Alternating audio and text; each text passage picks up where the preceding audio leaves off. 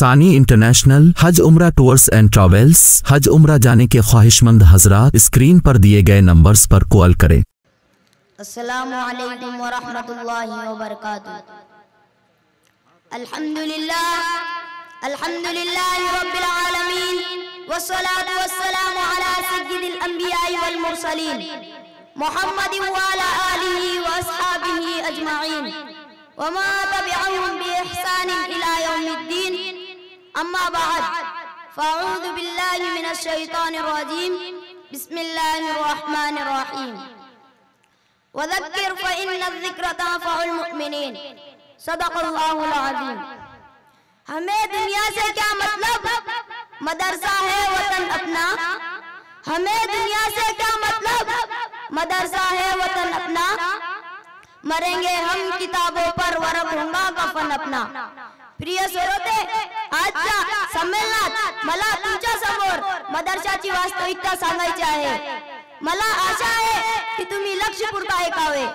आजच्या जादुई युगात मदरसा हा मोलाचा खूप आशीर्वाद आहे।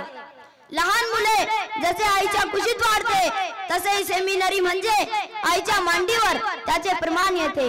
माणसाचे पालन पोषण होते आणि मदरसा माणसाला खरा माणूस बनवतात। सृष्टीला निर्मात्याशी जोडणे हे पैगंबर सल्लल्लाहु अलैहि वसल्लमचे काम होते। या शाळाही आपल्याला अल्लाहशी जोडतात, ज्या प्रेमाने ते आपल्याला आईच्या माध्यमातून अल्लाहशी जोडतात। त्यामुळे या मदरशांना कोणतीही शक्ती हात राहू शकत नाही आणि या मदरशांना कोणी तोडू शकत नाही। प्रिय मोहत, यामुळे आज या मदरशांचे जाळे कोण्या कापड्यात पसरले आहे।